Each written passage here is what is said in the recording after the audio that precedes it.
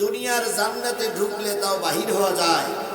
আর বিশ্বাস করুন শিবগঞ্জের মুসলমানেরা, আল্লাহ যদি পরকালের জান্নাত একবার দিয়ে দেয়, পৃথিবীর কেউ আপনাকে আর টেনে হেসড়ে বাইর করতে পারবে না। আপনার নামে মিথ্যা কোনো মামলা হবে না, আপনাকে পুলিশ আর হাত কলা দিয়ে বের করে জাহান্নামে নিয়ে যাবে না। কারণ একবার যদি আল্লাহ জান্নাতে দিয়ে দেয়, ওই জান্নাত চিরকালের জন্য আপনার জন্য স্থায়ী হয়ে যাবে। তাহলে আল্লাহ রাব্বুল আলামিন আমাদেরকে জান্নাতের ভিতরে অল্প সময় বসার সুযোগ দিলেন। জি আল্লাহ, সেই আল্লাহর শুকরিয়াটা একটু জোরে করবেন না আস্তে করবেন?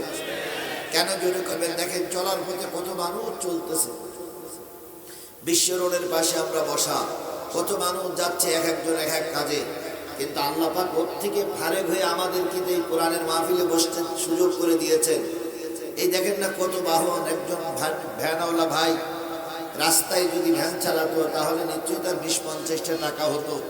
একজন সিএনজিওয়ালা ভাই তিনি যদি রাস্তায় সিএনজি চালাতেন 100 টাকা হতো। সেদিকে তিনি খেয়াল করেননি, তিনি খেয়াল করেছেন আল্লাহর কোরআনের মর্যাদা দিয়েছেন, দাম দিয়েছেন। কথা বলেন ঠিক না বেটি? তাহলে অগণিত ভ্যানওয়ালার ভিতরে, অগণিত মোটরসাইকেলওয়ালার ভিতরে, অগণিত গাড়ি চালকদের ভিতরে আল্লাহ যে আপনাকে আমাকে কবুল করলেন, এটা আপনার আমার জীবনের সবচেয়ে বড় পাওয়া নয়? তাহলে যে মালিক আপনাকে আমাকে কবুল করেছে সেই মালিকের দরবারে শুকরগুজার হচ্ছি।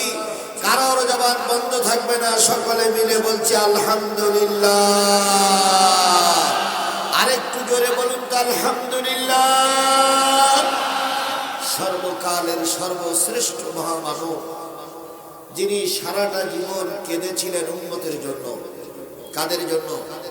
কথা বলুন, কাদের জন্য কেঁদেছেন? উম্মতের জন্য কেঁদেছেন। যেই ধর্ম আমরা পেয়েছি, যেই কোরআন আমার মাঝে আছে, যেই ইসলাম আমার মাঝে আছে, আমার শিবগঞ্জের মুসলমানেরা ভালো করে জেনে নিয়েন, এই কোরআন, এই ইসলাম, এই ধর্ম এমনি এমনি আমাদের পর্যন্ত আসেনি। এই কোরআন, এই ইসলামকে টিকায় রাখার জন্য অনেক সাহাবীকে জীবন দেওয়া লেগেছে, অনেক সাহাবীকে তরবারির আঘাতে খণ্ড বিখণ্ড হওয়া লেগেছে, অনেক নবীর রক্ত দেওয়া লেগেছে, দেশ চারটি হয়েছে, মিথ্যা মামলা খেতে হয়েছে, মিথ্যা জেলখানায় ঢোকা লেগেছে, অনেক রক্তের বিনিময়ে আজকে আমরা কোরআন পেয়েছি। এখনো যারা সঠিক কোরআনের পথে আছে, এখনো যারা সঠিক কোরআনের কথা বলতেছে, হয় তাদের জেল হচ্ছে, নাই তাদের মামলা হচ্ছে, নাই তাদের ফাঁসি হচ্ছে, নাই তাদের কোপাই কোপাই মারা হচ্ছে। প্রকৃত ইসলামের ধারক বাহক যারা আগের মতন অনেক কষ্ট নিয়ে তারাও ময়দানে টিকে আছে। আজকে আমরা কোরআনের কথা বললে বিরিয়ানি খাই, আজকে আমরা কোরআনের কথা বললে পকেট ভরা টাকা পাই, আজকে আমরা কোরআনের কথা বললে পেট ভরা খাবার পাই। কিন্তু তৎকালীন জামানায় কোরআনের কথা বলতে যেয়ে কত মানুষের জীবন দেওয়া লেগেছে। আল্লাহ রাসূল সাল্লাল্লাহু আলাইহি সাল্লাম এই কোরআনকে আমাদের মাঝ পর্যন্ত টিকায় রাখার জন্য 3 দিন, 4 দিন, 5 দিন, 6 দিন, 7 দিন পর্যন্ত না খেয়ে থেকেছে। হযরত বেলাল বলেছেন, আমি রাসূলকে সিজদার থেকে উঠতে দেরি করতে দেখে জিজ্ঞেস করেছিলাম, ইয়া রাসূলুল্লাহ, সিজদার থেকে উঠতে দেরি হলো। নবী বললেন, বেলাল, 7 দিন পর্যন্ত নবীর ঘরে কোনো খাবার নাই। বলুন তো, নবী যদি পয়সা টাকার পিছনে মেহনত করতেন, পাহাড়ের গায়ে ফু দিলে পাহাড় কি হয়ে যেত? সোনা হয়ে যেত। কিন্তু নবীর টার্গেট ছিল দিন প্রতিষ্ঠা করা। কথা বলেন, কথা বলেন। এরকম একটা কোন একটা যুদ্ধে কাফেররা আসবে, আল্লাহ নবী যুদ্ধের ময়দানে গেছেন, মুসলমানদের সঙ্গে খাল খনন করতেছেন। জাবের 3 জন সাহাবীর পরে তিনিও খাল খনন করতেছেন। লক্ষ্য করলেন, নবী একবার কুড়াল মারলে, একবার হাতুড়ি মারলে হাতুড়িটা উঠাতে অনেকক্ষণ দেরি লাগে। নবী অনেকক্ষণ দাঁড়িয়ে বিশ্রাম নেন, তারপর আবার একটা হাতুড়ির আঘাত করেন পাথরের উপরে। সাহাবী জাবের রাদিয়াল্লাহু তাআলা ছুটে এলেন, নবীর চেহারার সামনে দাঁড়িয়ে বলতেছি, ইয়া রাসূলুল্লাহ, অনেকক্ষণ থেকে খেয়াল করছি একবার শাবল মারলে ওই শাবলটা তুলতে আপনার দেরি হয়, অনেকক্ষণ থেকে খেয়াল করছি দ্বিতীয়বার শাবল আপনি মানতেছেন না, ঘটনাটা কি? নবী বললেন, জাবের নিজের কর্মে ফিরে যাও।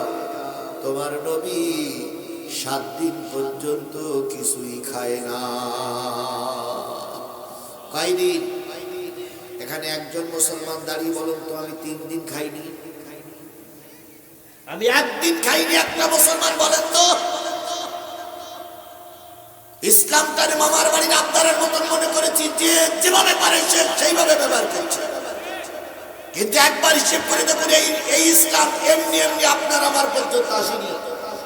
অনেক কষ্টের বিনিময়ে এই ইসলাম আমার কাছে এসেছে। ইসলামটা ছেলে খেলা নয়, ইসলামটা মামার বাড়ির ডাউল নয় যে যে জয় পারবেন সে সেইভাবে ব্যবহার করবেন। জাবের বলেন, ইয়া রাসূলুল্লাহ, আমি অনেক দূর থেকে দেখতেছি। নবী জাবেরের হাত টেনে নিয়ে পেটের ভিতরে ঢুকালেন, পেটের ভিতরে বুলালেন। নবীর বেল্টটা আটতেছিল না বলে পাথরের টুকরা দিয়ে দিয়ে পায়জামার দড়িটাও শক্ত করে বেঁধে রেখেছেন। জাবেরের হৃদয়টা টুকরো টুকরো হয়ে গেল, জাবেরের হৃদয়টা খান খান হয়ে গেল। নবীজির সামনে দাঁড়াই বলেন, ইয়া রাসূলুল্লাহ, একটু সময় আমাকে দেন, আমি আপনার ব্যাপারে আমার স্ত্রীর সঙ্গে একটু পরামর্শ করতে চাই। আপনি না খাওয়া এটা আমি কখনোই মেনে নিতে পারি না। নবীজি অনুমতি দিলেন। জাবের চলে গেলেন স্ত্রীর কাছে। স্ত্রীর সামনে দাঁড়িয়ে বলেন, ও আল্লাহর বান্দি, যেই নবীর চেহারার দিকে তাকাইলে পেটে ক্ষুধা থাকে না, যেই নবীর দিকে তাকাইলে, চাঁদের দিকে তাকাইলে চাঁদের ভিতরে অনেক দুর্নাম দেখা যায়, চাঁদের ভিতরে অনেক কলঙ্ক দেখা যায়, নবীর চেহারায় কলঙ্ক দেখা যায় না। সেই নবী 7 দিন পর্যন্ত কিছুই খায় না। যুদ্ধের ময়দানে নবীজি এসেছেন, একবার মাথা নিচু করলে উঁচু করতে পারেন না। ঘরে কোনো খাবার থাকলে বলো, আমি নবীকে একটু দাওয়াত করে আসি। জাবেরের স্ত্রী বললেন, স্বামী, ঘরে যাটা আছে যদি রুটি বানাই 3 জন লোকের পেট পুরে খাওয়া যাবে। যদি 10 জন লোক ভাগ বসায় অল্প অল্প করে খাওয়া যাবে। আর যা গোশত আছে 3 জন লোকের সরবরাহ হতে পারে, 10 জন লোকের সরবরাহ হতে গেলে কমে যাবে। জাবের বললেন, তুমি রুটি তৈরি করো, গোশত রান্না করো, আমি নবীর চেহারার দিকে তাকাইলে সব ফিরাইতে পারি না। আমি নবী কাজকে দাওয়াত করব, নবী যেন আজকে দুপুর বেলা আমার বাড়িতে এসে একটু মেহমান হয়। জাবের চলে গেলেন। রাসূলের পাশে দাঁড়িয়ে বলতেছেন, ইয়া রাসূলুল্লাহ, আপনার কষ্ট দেখে আমি আমার স্ত্রীর সঙ্গে পরামর্শক্রমে আজকে দুপুর বেলা আপনাকে আমার বাড়িতে একটু দাওয়াত করলাম, দয়া করে দাওয়াতটা গ্রহণ করুন। নবী বললেন, জাবের, কয়জনকে দাওয়াত করেছো? কয়, ইয়া রাসূলুল্লাহ, আমার বাড়িতে যা রুটি হয়েছে, যা গোশত পাক হয়েছে, 3 জন লোক খাইলে পেট ফুলে খাওয়া যাবে, 10 জন লোক খাইলে একটু কম হয়ে যাবে। আপনি 3 জন যদি খুব বেশি নিয়ে যেতে চান 10 জন নিয়ে যাবেন, তার বেশি নিয়ে গেলে আমার কিন্তু খাদ্যের সংকুলন হবে না। নবী বললেন, জাবের, বাড়ি যাও, বাড়ি যে তুমি তোমার স্ত্রীকে বলো, শুধু 10 জন নয়, তোমার বাড়িতে আজকের এই যুদ্ধের ময়দানে 3000 সাহাবী কাজ করছে। এই 3000 সাহাবী তোমার বাড়িতে আজকে মেহমান হয়ে যাবে। 3 জনের খাদ্য কয়জনের জন্য বাজেট করেছে? 10 জনের জন্য বাজেট করেছে। এখন যদি 3000 যায়, তাহলে ওতে কি সংকলন হওয়া সম্ভব? অবশ্যই সম্ভব, যদি কার রহমত থাকে। জোরে বলেন, কার রহমত থাকে?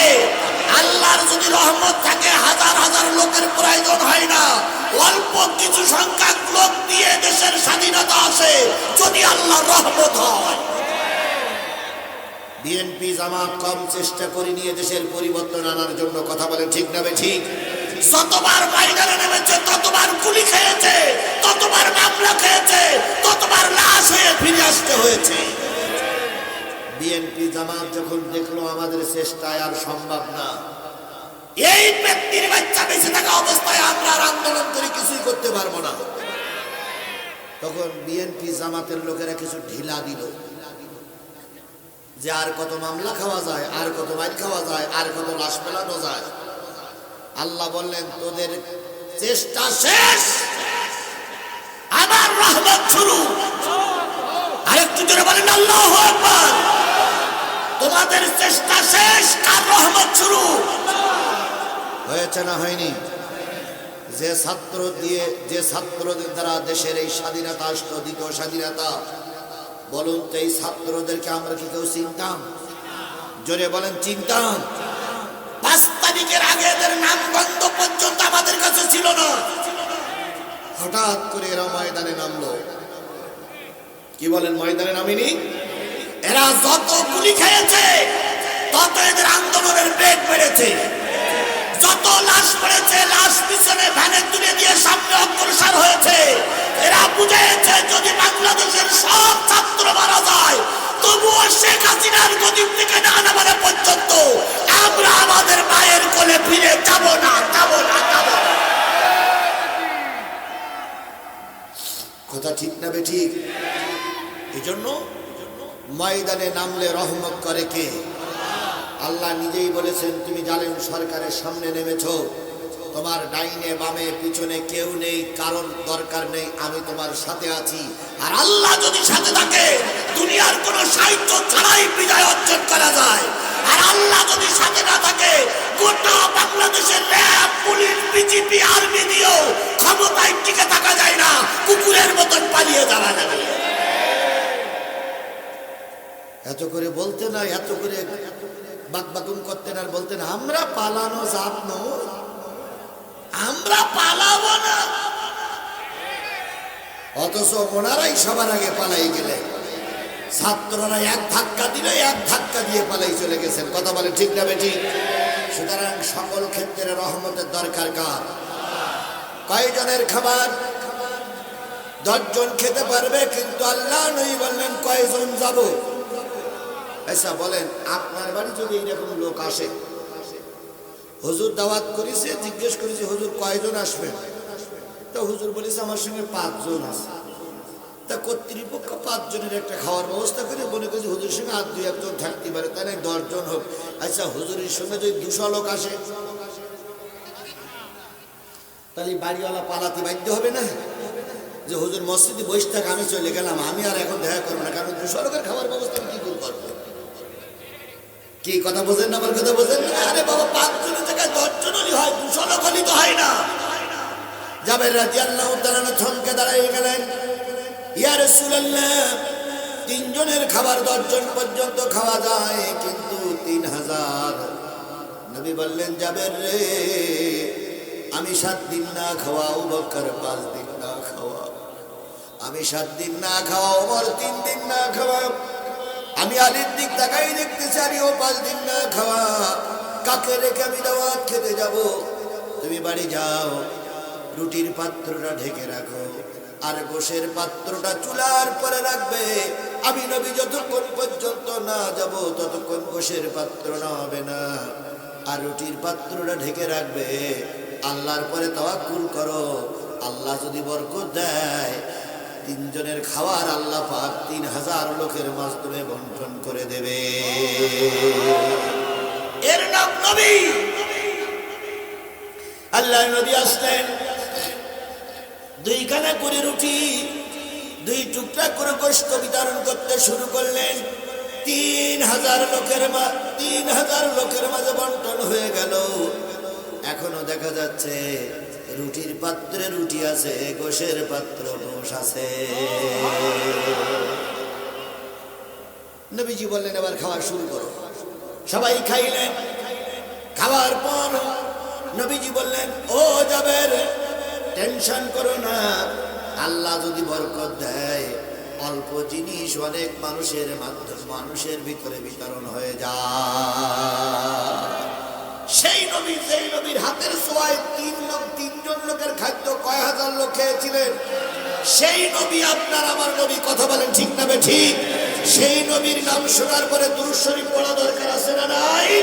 সবাই মিলে বলছি সাল্লাল্লাহু আলাইহি ওয়াসাল্লাম। বন্ধুগণ, কর্তৃপক্ষ যুবক, একদল রাস্তায় চলা, একদল কর্মজীবী, একদল ছাত্র যুবকরা কোরআনের মাহফিল দিয়েছে। কোরআনের মাহফিলে তারা আমার মতন একজন নগণ্য গুনাহগারকে ডেকে নিয়ে আসছেন কিছু কোরআনের কথা শোনানোর জন্য। আমি আপনাদের সামনে সূরা নিসার ৬৯ নম্বর আয়াতটা তেলাওয়াত করেছি। এই তেলাওয়াতকৃত আয়াতের পরে ভিত্তি করে মাগরিবের একটু আগে আপনাদের ছেড়ে দেব, যেহেতু অনেক দূরের মানুষ আছেন, মা বোনেরা আছেন, মাগরিবের একটু আগেই আমি ছেড়ে দেব। এতটুক সময় কি কোরআনের খাতিরে বসা যাবে? কারা কারা বসতে রাজি আছেন একটু দুই হাত উঁচু করে দেখান তো। লিল্লাহে তাকবীর, নারায়ে তাকবীর। হাত নামা। এই সমস্ত জায়গায়, রাস্তার পাশে এই সমস্ত জায়গায় সাধারণত কনসার্ট হয়, মেয়েদের নিয়ে নাচ গান হয়। আমরা রাস্তায় যাই, অনেক সময় রাত 12টা-1টার সময় ফাঁকা ময়দানে লাইট জ্বালিয়ে ছেলে মেয়েরা গান করে। এই গান না দিয়ে ছেলেরা দিয়েছে কিসের মাহফিল? মুসলমান বলুন তো কিসের মাহফিল দিয়েছে? ছেলেরা সব যুবক, সব যুবক। ওনাদের সঙ্গে মসজিদের খতিব সাহেব আছেন, ইমাম সাহেব আছেন, এরা একটু সহযোগিতা করেছেন, গ্রামবাসী সহযোগিতা করেছেন। এই ছেলেরা যদি এই বছর মাহফিল দিয়ে যা খরচ খরচা করেছে, এই খরচ খরচার টাকা যদি না ওঠে, ব্যাগে যায়, তাহলে এই ছেলেদের ভিতরে কিছু সংখ্যক ছেলে বলবে যে গত বছর মাহফিল দিয়ে আমাদের টাকা ওঠেনি, এবার গান দিয়ে দেখা যাক কি হয়। তো ওই ছেলেরা যদি মাহফিল থেকে দূরে সরে দিয়ে গান দেয়, তাহলে তার জন্য কি আমরা দায়ী নই? জোরে বলেন, তার জন্য কি আমরা দায়ী নই? কিন্তু এই ছেলেদের ধরে রাখার জন্য আমরা যদি তাদের পিছনে একটু হেল্প বা সাহায্য করতাম, ওই ছেলেগুলো যাত্রা গানে যেত না, ওই ছেলেগুলো সিনেমায় যেত না। শুধু আমাদের দুর্বলতার কারণে ওই ছেলেগুলো বিপদগামী হবে। কিয়ামতের দিন আল্লাহর কাছে আপনার আমার মতো মুরব্বীদের কৈফিয়ত দেওয়া লাগবে। তাই আমি আপনাদের সামনে সামান্য একটু সময়, আমি মূল আলোচনায় যাব, সময় কম, সামান্য একটু সময় আমি আপনাদের কাছে দাবি করবো। চলতি পথে সবাই বসেছেন, কেউ শূন্য পকেটে বসেন নেই। 20 টাকা, 50 টাকা, 100 টাকা, 200 টাকা আপনার পকেটে আছে। পুরীর একটা অংশ থেকে এই ছেলেদের হাতে আমরা তুলে দিতে পারি, তাহলে ছেলেরা গান বাজনা বাদ দিয়ে আগামী বছর আবার কি দেবে? কোরআনের মাহফিল দেবে। এখন কোরআনের মাহফিলটা চালু থাকে নাকি আপনারা সবাই চান? কারা কারা চান একটু হাত তোলেন তো। হুজুর আগামী বছরে কারো কোরআনের মাহফিল হোক। মাশাআল্লাহ, আল্লাহ আপনাদের পরে বরকত দিক, আল্লাহ আপনাদের পরে রহমত করুক। ও ভাই, আজকে হয়তো আপনার কাছে টাকা আছে, মনে করতেছেন আমি দিয়ে বাড়ি যাব কি করে? ভাই, বাড়ি পর্যন্ত আল্লাহ নাও নিয়ে যেতে পারে। গত 2 শুক্রবার আগে নরসিংদীর এক ইমাম সাহেব খুতবা দেওয়া কালীন অবস্থায় বাংলা ওয়াজ শেষ, উঠে দাঁড়াই বলেন আপনারা সুন্নত পড়েন। পড়েনটাও বলতে পারি, পড় বলি এই কথা বলার পরে তিনি ভুল হয়ে পড়ে গেলেন। ওই যে পড়ে গেছেন আর তিনি ওঠেন নাই, ওখানেই মৃত্যুবরণ করেছেন। একজন মসজিদের ইমাম। ওরকম অবস্থা আপনার আমার হতে পারে না ভাই। নিশ্চয়ই মঞ্চে যারা আছেন আপনাদেরকে সম্মান করে ওরা আপনাদের চেয়ারে বসাইছেন। আপনাদের পক্ষ থেকে 2-5,000 টাকা আসে, তাহলে ছেলেদের খরচের টাকাটা বেশি হয়ে যাবে, আগামী বছর মাহফিল দিতে পারবে। এই জন্য সকলের কাছে দাবি করছে, আপনিও পকেটে হাত দেবেন, আমিও পকেটে হাত দিচ্ছি। সবাই হাত দিয়ে ওদের হাতে একটু কিছু টাকা তুলে দিতে হবে, তারপর আমি মূল আলোচনায় যাব। এই জন্য যারা উপরে বসেছেন, আমি আপনাদের কাছে দাবি করি, আপনাদের সম্মান করেছে ওরা আপনাদের ইজ্জত দিয়েছে, তাই আপনাদের ডেকে এনে চেয়ারে বসাইছে। আপনার পক্ষ থেকে 10,000, 20,000 টাকা ওরা দাবি করছে। যদি হয় মাশাআল্লাহ। আমার এক ভাই, নাম কি জানেন? আব্দুল সালাম ভাই, উনি 2,000 টাকা দিয়েছেন। আল্লাহ ওনার দানটারে কবুল করুক। এবার ওনার 2,000 টাকার সঙ্গে 10, 10, 20, এই ইতি 10, ইতি 10, 20টা টাকা আপনার পকেটে কার কার আছে? 20টা টাকা নিয়ে একটু হাত মুছে করে তো, 20 টাকা পকেটে হাত দেন। ধরুন আমি 20 টাকা বের করেছি, 20টা টাকা একটু বের করেন তো। 50 টাকা, 100 টাকা দিলে ভালো হয়, তবে 20 টাকার নিচে যেন না হয়। সবাই একটু পকেটে হাত দেন। ছেলেরা, জি ছেলেরা আসুন, আসুন। তোমার নাম কি? আরাব। দেখেন, আরাব বলে এসে গেছে। আরাব 200 টাকা। জোরে বলে মারহাবা। আমার থেকে আমি দিয়েছি, আমি না দিয়ে চাই না, আমার থেকে আমি দিয়েছি। আরবের পক্ষ থেকে 2,000 টাকা দেন ভাই, আপনারা একটু দেন, দেন সবাই মিলে দেন, সবাই মিলে দেন যতটুকু ভাই। রাকিব 500 টাকা, মাশাআল্লাহ, দেন ভাই দেন। রাকিব 500 টাকা। কি না? আবু তাহের 1000 টাকা জোরে বলেন মারহাবা। এ লিল্লাহে তাকবীর। মাশাআল্লাহ। আরেকজন 100 টাকা। আল্লাহ তুমি কবুল কর। মাশাআল্লাহ। আজকের মাহফিলের সম্মানিত সভাপতি খতিব মানুষ, তিনি কতই বা বেতন পান, তার পক্ষ থেকে তিনি 2000 টাকা জোরে বলেন মারহাবা। নারে তাকবীর। আরে বাবা, তিল কুড়িয়ে তাল হয়, 10 মিলে করি কাজ, হারি দিতে নাহিরাজ। যে সমস্ত মা বোনেরা আছেন তারাও কিছু কিছু দিবেন, আল্লাহ কবুল করুক। 10 টাকা, 20 টাকা, 50, 100, 200, 500, 1000, 2000, 5000, 10000, 2000 টাকা সর্বোচ্চ পেয়েছি। যদি আর কেউ 5000 টাকা দেন তাহলে তার জন্য দোয়া করব, 1 টাকার জন্য দোয়া করব, সকলের জন্য দোয়া করব। ভাই, টাকাটা তোলা হয়ে গেলে, যুবকেরা টাকাটা তোলা হয়ে গেলে তোমরা মঞ্চের দিকে জমা দাও, আমি আমার আলোচনা শুরু করি। আর যদি কেউ টাকা দিতে চান যে হুজুর আমি 5000 টাকা দেব, দয়া করে কোরআনের মাহফিলের জন্য 5000 টাকা দিবেন, আমি আপনাদের জন্য অন্তর খুলে দোয়া করব। যেহেতু আমি মুসাফির মানুষ, অনেক দূর থেকে এসেছি, আল্লাহ আমাদের সবাইকে কবুল করুক, আল্লাহ আমাদের সবাই পরে রহমত নাজিল করুক, সবাইকে দেওয়ার তৌফিক দান করুক। এবার একটা তাকবীর দিয়ে আমরা মূল আলোচনায় যাই। লিল্লাহে তাকবীর, লিল্লাহে তাকবীর। আল কোরআনের আলো, তোমার নেতা আমার নেতা, দুনিয়ার মুসলিম। মমতাজ বেগম 500 না?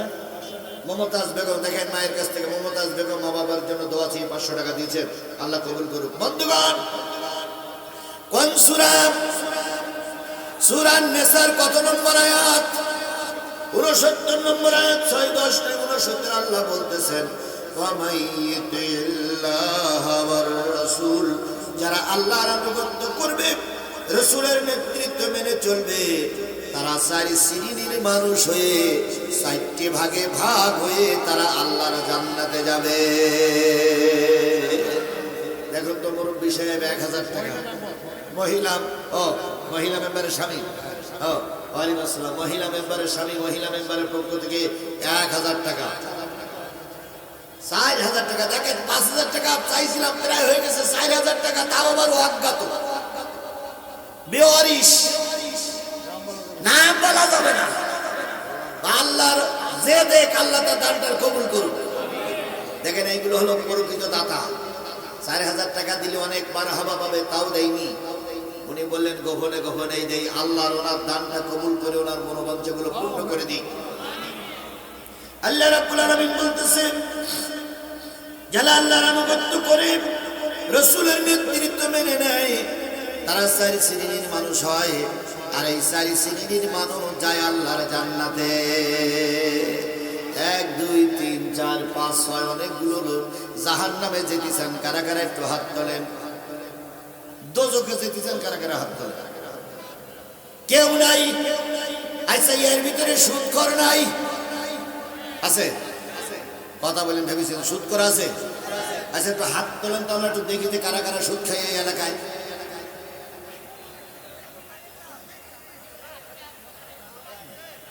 সমস্যা কি? সুদ খান আপনার সব লোক জানে, সুদ খান তা লজ্জা করে না। এখন হাত তুলতে লজ্জা করতেছেন, হাত তোলেন। ওরে জ্বালা রে, তাহলে সুদ করে এই গ্রামে নাই, এই এলাকায় সুদ কর তা আছে, তা হাত তোলে না কেন? কি পাইছে? তাহলে শরম মানুষের পাইল। এই শরমটা যদি মানুষের না পেয়ে আল্লাহর পায়, ওই লোকটা ছিল জাহান্নামী, হয়ে যাবে আল্লাহর জান্নাতি। আগে আওয়ামী লীগের লোকেরা মঞ্চে দাঁড়িয়ে মুখ ফুলিয়ে কথা বলতেন, আর নিচে কিছু আওয়ামী লীগের চামচারা থাকতো, তারা স্লোগান দিত। এখন যদি বলি কারা কারা আওয়ামী লীগ করেন, হাত তোলেন।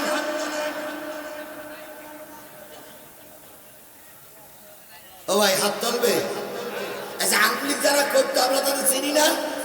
জোরে বলেন, চিনি না?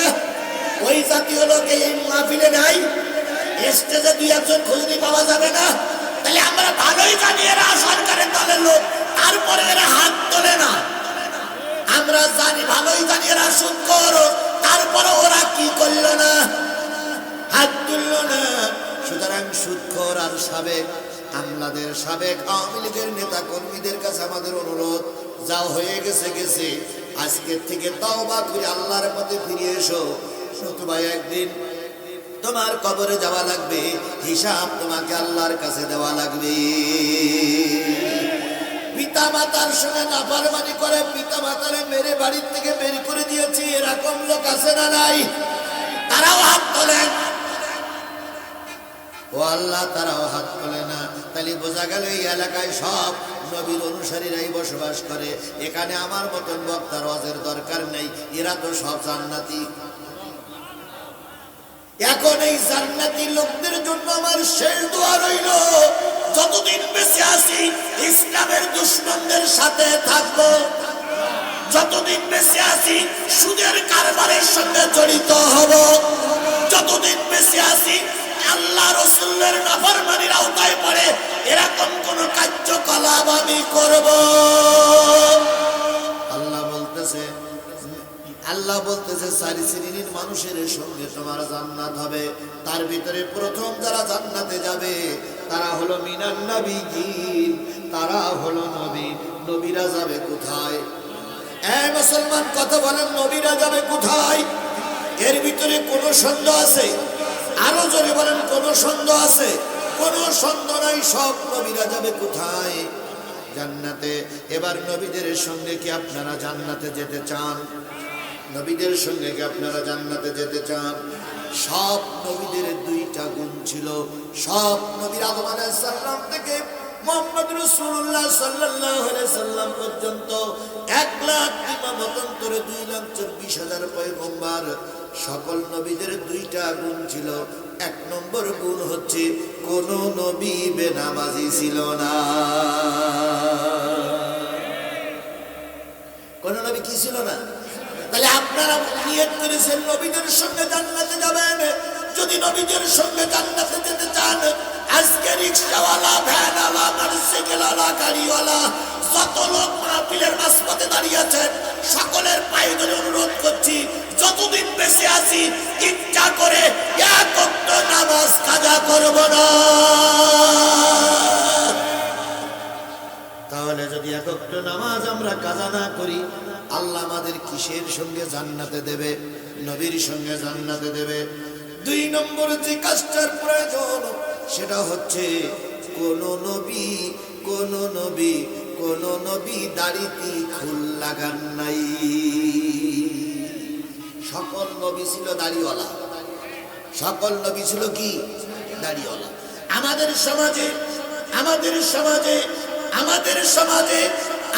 সমাজে অনেক নবীর উত্তরসূরি পীর বলে দাবি করে, অথচ অনেক পীরের মুখে দাড়ি থাকে না।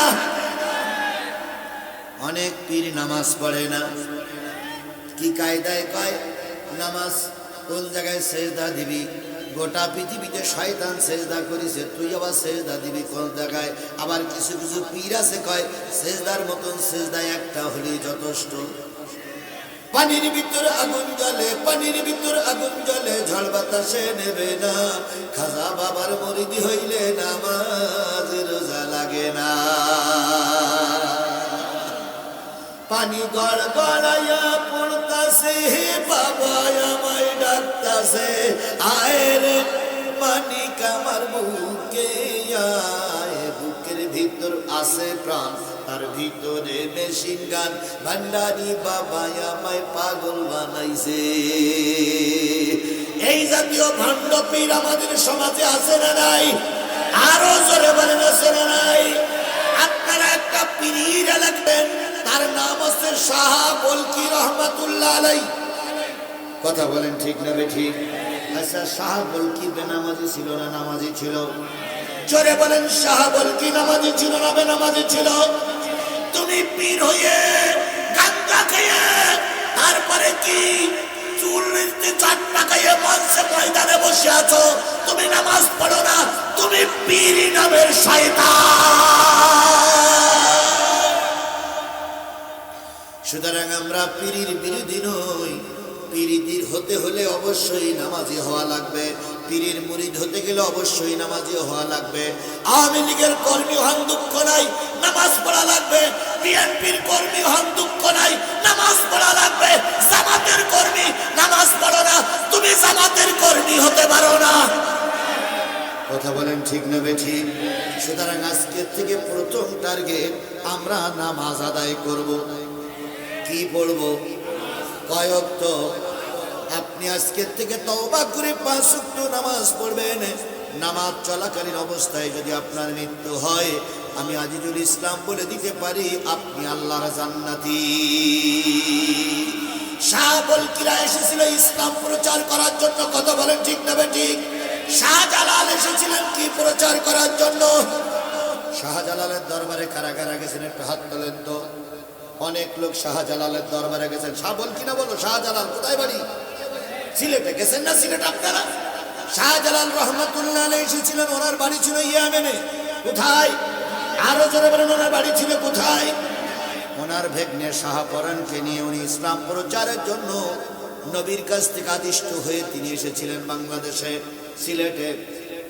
তিনি যখন আসবেন তখন ওই এলাকায় একটা হিন্দু রাজার আধিপত্য ছিল, হিন্দু রাজার রাজত্ব ছিল। নাম তার কি? গৌর গোবিন্দ। গৌর গোবিন্দ শুনল হুজুর আসতেছে দিন প্রচারের জন্য। বলুন তো, হুজুর দিন প্রচার করবে, এটা কি গৌর গোবিন্দরা সহ্য করতে পারে? আরো জোরে বলেন, সহ্য করতে পারে? এই গৌর গোবিন্দর উত্তরসূরি হলো ভারত। এরা কখনো মুসলমানদের মেনে নিতে পারে না। ওরা বাবরি মসজিদ ভাঙে, আমার দেশে কোনো মন্দির ভাঙা হয় না। ওরা না খোলা মসজিদ ভাঙে, আমার দেশে কোনো মন্দির ভাঙা হয় না। আর আমাদেরকে বলা হয় সন্ত্রাসী জঙ্গি। খোদার কসম, বিশ্বের সবচেয়ে বড় জঙ্গি রাষ্ট্র হলো ভারত।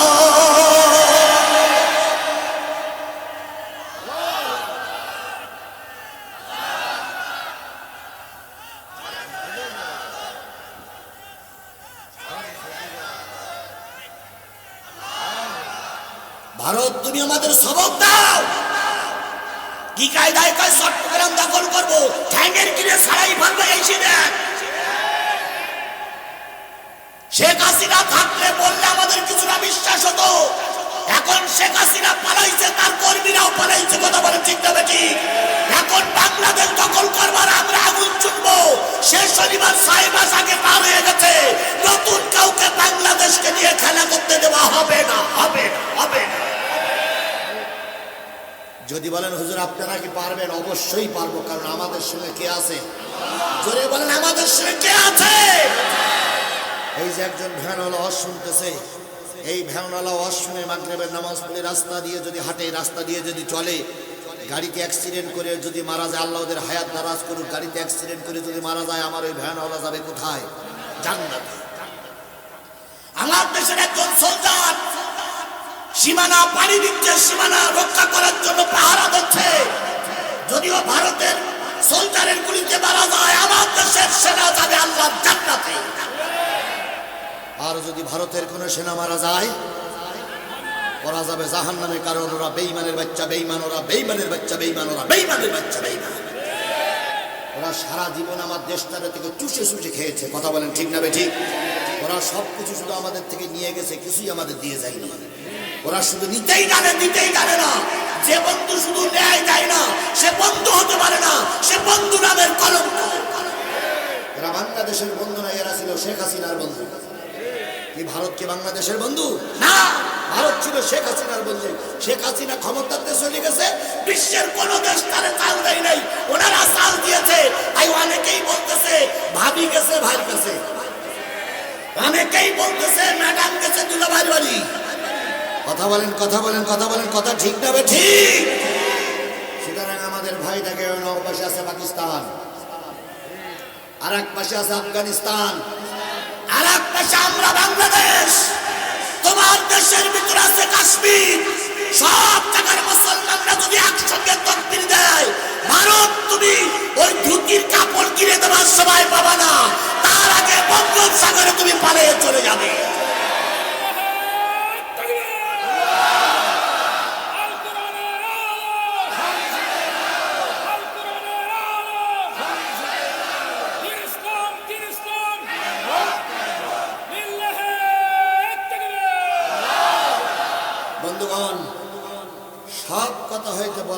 হবে না, তার আগে আমার একটা শত্রু আছে, সে হইল মসজিদের মুয়াজ্জিন। এর সঙ্গে আমার বিরাট শত্রুতা। আমি যে একটু ওয়াজ কায়দা কানুন করে বাগাই নেছি, আর অমনি মসজিদ থেকে বলে হুজুর ওয়াজ বাদ দেন, নামাজে চলে আসে। আচ্ছা বলুন তো, মুয়াজ্জিনকে আমার জন্য বসে থাকবে? আপনার জন্য বসে থাকবে? এই জন্য যতটুকু সময় হয় অতটুকু আল্লাহ কবুল করুক। আমি বলছিলাম শাহজালাল আসলেন কি প্রচারের জন্য? তারা ছিল নবীর উত্তরসূরি, নবীর আযাবে জান্নাতে। সেই কথা বলতেছে শাহজালাল আসবেন। গৌরগোবিন্দ সংবাদ পাইলেন হুজুর আসতেছে। গৌরগোবিন্দ চিন্তা করলো, হুজুর যদি এসে যায় আমার এই ফাজলামি আর কেউ মেনে নেবে, আমার এই ভণ্ডামি আর কেউ মেনে নেবে না। তাই গৌরগোবিন্দ বলে দিল, হুজুর আসবে, নদীতে যেন নৌকা না থাকে, সব নৌকাগুলো হয় সিজ করে নাও, নাই ফুটো করে দাও, হুজুর যেন পার না হতে পারে। হুজুর যে রাস্তা দিয়ে ঢুকবে ওই রাস্তার ভ্যান গাড়ির চাকা খুলে ফেলো। হুজুর যে রাস্তা দিয়ে ঢুকবে গরুর গাড়ির চাকাগুলো খুলে নাও। হুজুর যে রাস্তা দিয়ে আসবে ওই রাস্তায় নদীতে যত শাখা আছে সব শাখাগুলো ভেঙে দাও, যাতে করে হুজুর আমার সঙ্গে এসে মোকাবেলা করতে না পারে। ও গৌরগোবিন্দ, তুমি জানো না তোমরা হুজুরের চলার পথ দুনিয়ায় বন্ধ করে দাও, আর আমার আল্লাহ চলার পথ আসমান থেকে খুলে দেয়। এই গৌরগোবিন্দর উত্তরসূরিরা যখন বিএনপি জামাত সমাবেশ করতে চাইতো, ওরাই গাড়িগুলো বন্ধ করে দিত। কথা বলে ঠিক না বেঠিক? এরা হলো গৌরগোবিন্দর রক্তাই এদের জন্ম। পৃথিবীর ইতিহাসে সরকারি ভাবে কোনোদিন গাড়ি বন্ধ হয়নি, ওই সরকারের আমলে ছাড়া। আমরা সমাবেশ করবে মানুষ, হেলিকপ্টার কি বলে, লঞ্চ বন্ধ, ট্রাক বন্ধ, তারপরে বাস বন্ধ, রেল পর্যন্ত বন্ধ। এরা গৌরগোবিন্দর উত্তরসূরি, এরা গৌরগোবিন্দর উত্তরসূরি, এরা গৌরগোবিন্দর উত্তরসূরি। ও গৌরগোবিন্দ ছিল পুরুষ, আর এ গৌরগোবিন্দ ছিল লেডিস, লেডিস, লেডিস। তবে যতই হরতাল থাকুক, সমাবেশ একটাও কি বন্ধ হয়েছিল? জোরে বলেন, বন্ধ হয়েছে। গৌরগোবিন্দ হুকুম করে নারী নিয়ে এবার নাচানাচি শুরু করলো। আর সেখানে স্লোগান ছিল, হুজুর আসতে পারবা না, হুজুর আসতে পারবা না, হুজুর আসতে পারবা না। ঢাক ঢোল পিটাই আর কয় হুজুর আসতে পারবে না। শাহজালাল ইয়ামিনী আর তার ভাগ্নেকে নিয়ে নদীর কিনারে এসে দেখে একখানা নৌকা নাই, নৌকা সব তুলে নেওয়া হয়ে গেছে। মাঝিদের জিজ্ঞেস করে নৌকা গেল কই? কয় সরকার নিয়ে নিয়েছে, আজকে নৌকা চালাতে দেবে না, নৌকা চালাইতে দিলে ভেঙে দেবে, তাই সব ফুটো ফাটা করে সব এক জায়গায় রেখে দিয়েছে। শাহজালাল ইয়ামিনী ভাগ্নের সঙ্গে পরামর্শ করলেন, ভাগ্না এই সময় যদি ময়দান ছেড়ে পালিয়ে যায়, গৌরগোবিন্দরা আমাদের দুর্বল ভাববে, যে কোনো কায়দায় ইসলামের বাণী নিয়ে শাহজালালের গৌরগোবিন্দর দরবারে পৌঁছানো লাগবে। আল্লাহ বললেন, নিয়ত সই করেছো, সাহায্য এবার আসবেই। আগে তুমি সই নিয়ত নিয়ে ময়দানে নামো, সাহায্য করার দায়িত্ব কার? জোরে বলেন, সাহায্য করার দায়িত্ব কার? এখনো সেই আল্লাহ আছে না নাই? একটু মনে দিন নাকি কাদের কাদের সঙ্গে মিটিং করেছেন তিনি, তাহলে বোঝা গেল ভারতের দালালেরা এখনো কিন্তু বসে নেই। অতীতের সরকারের দালালেরা কিন্তু এখনো কাজ চালিয়ে যাচ্ছে। ও আমার বাংলাদেশের মুসলমান, আজকের এই মাহফিল থেকে শপথ নিতে হবে, যদি আবার রক্ত দিতে হয়, যদি আবার কাপড়ের কাপড় মাথায় বেঁধে রাস্তায় নামতে হয়, জীবনের সর্বোচ্চ দিয়ে রাস্তায় নামবো। তবে এই ফ্যাসিস্ট জালেম, এই ফিরাউনের বাচ্চা আওয়ামী লীগের শেখ হাসিনাকে আর ক্ষমতার মস্তদে বসতে দেওয়া হবে না, হবে না, হবে না। কারা কারা রাজি আছেন? দুই হাত উঁচু করে আল্লাহ বলে।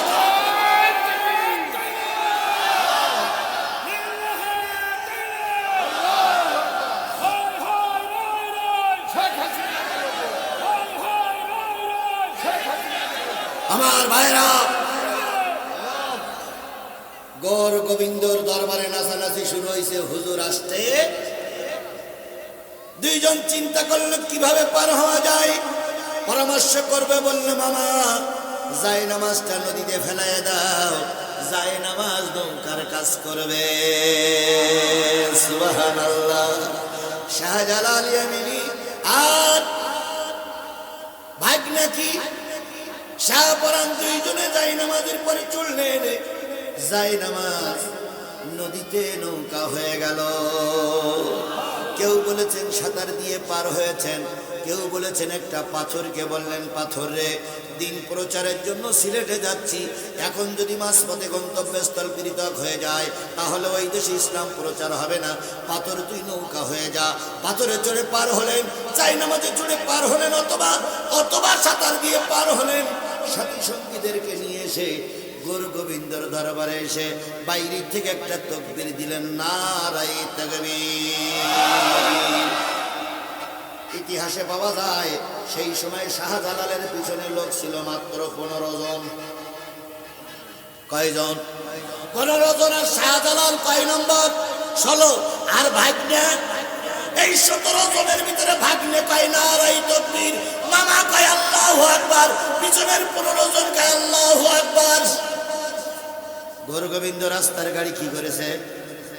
বন্ধ করেছে, নৌকা ফুটো করে দিয়েছে, পুল কালভার্টগুলো ভেঙে দিয়েছে, রেল যত চলাচল সব বন্ধ করে দিয়েছে। এবার চিন্তা করছে হুজুর রাষ্ট্রী পারবে না, হুজুর রাষ্ট্রী পারবে না। হঠাৎ করে পিছন থেকে শোনা যায় নারায়ে তাকবীর। গুরু গোবিন্দ মন্ত্রীর কয়, কিসের আওয়াজ? মন্ত্রী কিসের আওয়াজ? কয় হুজুর নারায়ে তাকবীরের আওয়াজ। কে দিচ্ছে? কয় শাহজালাল। শাহজালাল আসলো কি করে? নদীতে নৌকা নাই, ভ্যানের চাকা খোলা, গরুর গাড়ি ভাঙা, শাকও ভেঙে দেওয়া। মন্ত্রী বলতেছে, জাহাপানা, শাহজালালের আল্লাহ মনে হয় শাহজালালকে নিয়ে আসছে। সেই শাহজালালের আল্লাহ আর আজিজুল ইসলামের আল্লাহ আর আপনাদের আল্লাহ এক আল্লাহ না পৃথক আছে? জোরে বলেন, এক আল্লাহ না পৃথক আছে? তাহলে কিসের ভয় পাও? তুমি ময়দানে নামো। শাহজালালকে যে আল্লাহ সাহায্য করেছিল তোমাকে সেই আল্লাহ সাহায্য করবে, সেই আল্লাহ সাহায্য করবে। আধারে ভয় পেও না, আধারে ভয় পেও না, আলো আছে আড়ালে, জালিমেরা পালিয়ে যাবে তুমি উঠে দাঁড়ালে। আধারে ভয় পেও না, আধারে ভয় পেও না, আলো আছে আড়ালে, জালিমেরা পালিয়ে যাবে তুমি রাস্তায় দাঁড়ালে। শাহজালাল তাকবীর দিলেন। গুরু গোবিন্দর সমস্ত মন থরথর করে কেঁপে উঠল।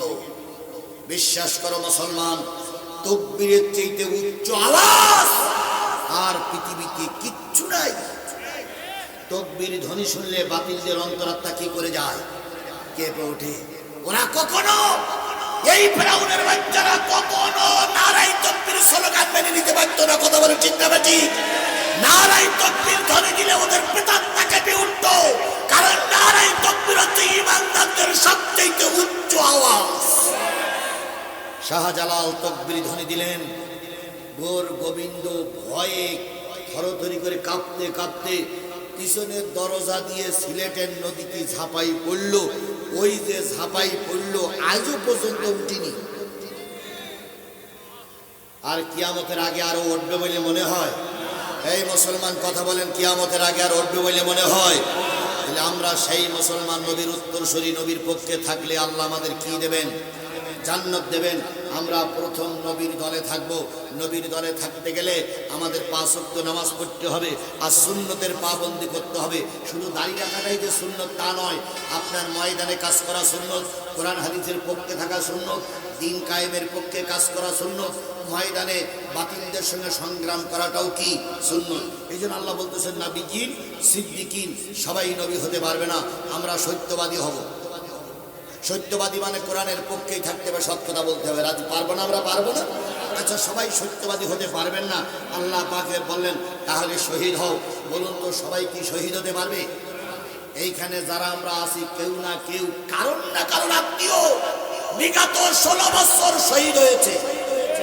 বগুড়ার এমন কোন ইউনিয়ন নেই, এমন কোন থানা নেই জামাত বিএনপির লাশ সেখানে শুয়ে নেই। কথা বলেন ঠিক না বেটি? আজকে 6 মাসে সব তো ভুলে গেলে চলবে না ভাই। কেবল 6 মাস হয়েছে ভুলে গেলে চলবে না। ওরা আমার সন্তানকে বুকের কোলের থেকে তুলে নিয়ে 3 রাস্তার মুখে গুলি করে মেরেছিল, আর আমার সন্তানের নাম অপবাদ দিয়েছিল। সেটা কি বন্দুক যুদ্ধে মারা গেছে? কথা বলেন, কথা বলেন। সুতরাং শহীদ না হতে পারে শহীদের আত্মীয় হও, শহীদের আত্মীয় হয়ে চলার জন্য চেষ্টা করতে হবে। শেষ পর্যন্ত যদি শহীদ না হতে পারেন, সিদ্দিক না হতে পারেন, নবী না হতে পারেন, সালেহীন, সালেহীনদের অন্তর্ভুক্ত হও, রুকুকারীদের সঙ্গে থাকো, সালেহীনদের সঙ্গে থাকো, আল্লাহ জান্নাতের মেহমান বানিয়ে দেবেন। আমরা সবাই সালেহীনদের সঙ্গে থাকার জন্য চেষ্টা করি। আমা তৌফিকে ইল্লা বিল্লাহ।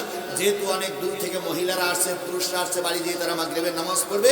আমি যদি আজান পর্যন্ত দেরি করি ওদের নামাজের ক্ষতি হবে, আর নামাজের ক্ষতি হলে আল্লাহর কাছে আমি দায়ী হব। আগামীতে আবারও কথা হবে ইনশাআল্লাহ। ওয়া আখিরু দাওয়ানা আলহামদুলিল্লাহি রাব্বিল আলামিন।